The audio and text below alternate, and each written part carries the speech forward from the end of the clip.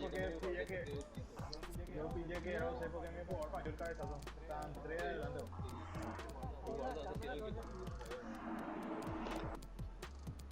Qué loco.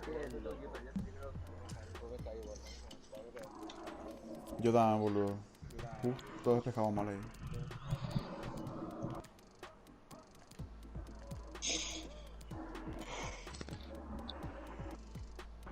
Precisión los tiros 100%, ellos nosotros 33. Ah, de ellos. Sí. Qué loco, boludo. Gol, el fenómeno, no vamos a ver el gol. Qué buen pase metió Facus. Brian en el área además le plague a Edo. Sí, no te digo. No, ahora el gol ahora. Roque.